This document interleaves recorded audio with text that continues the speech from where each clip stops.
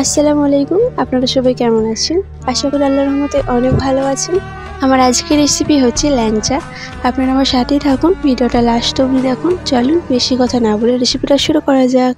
প্রথমেই চিনির শিরাটা করে নেব। তার জন্য নিচ্ছি 2 কাপের মতন পানি। যে কাপে আমি পানি দিয়েছি ওই কাপেই দিচ্ছি 1 কাপের মতন চিনি। চিনিটা দেওয়ার পর এভাবে করে নাড়াচাড়া করে চিনিটাকে গলিয়ে নেব। একটু গলিয়ে নেওয়ার পর এর মধ্যেই দিচ্ছি একটা এলাচ।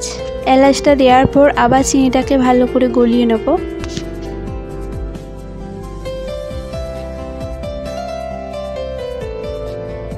এদিকে আপনারা দেখতেই পাচ্ছেন চিনির শিরাটা হয়ে গেছে। এটা চুলায় থেকে নামিয়ে নিচ্ছি।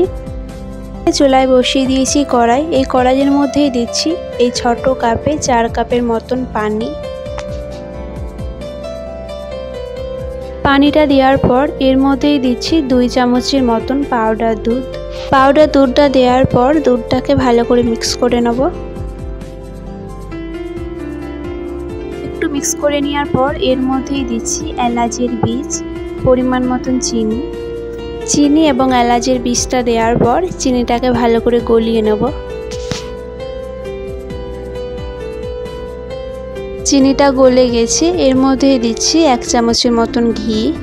ঘিটা দেওয়ার পর এভাবে করে একটু নাড়াচাড়া করে নিচ্ছি। একটু নাড়াচাড়া করে নেওয়ার পর যেই কাপে পানি দিয়েছিলাম ওই কাপেই দিচ্ছি 2 কাপের মতন সুজি। সুজিটা দেওয়ার পর এভাবে নাড়তেই থাকবো যতক্ষণ না সুজিটা ভাজা ভাজা না হয়ে যাচ্ছে।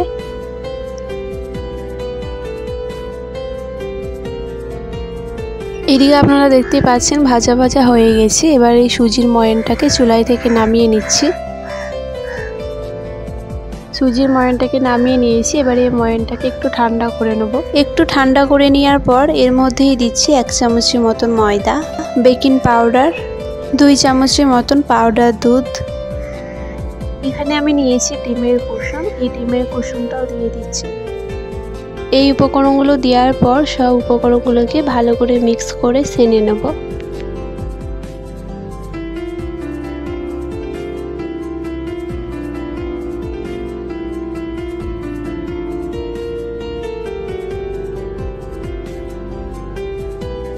এদিকে আপনারা দেখতেই পাচ্ছেন সেনে নেওয়া হয়ে গেছে।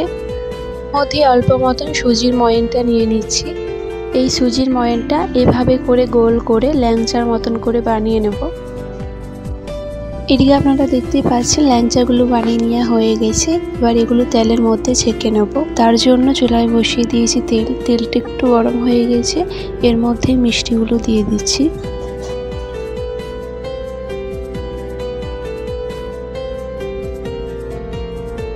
মিষ্টিগুলো দেওয়া হয়ে গেছে। এবার এগুলো হালকা লাল করে ভেজে নেব।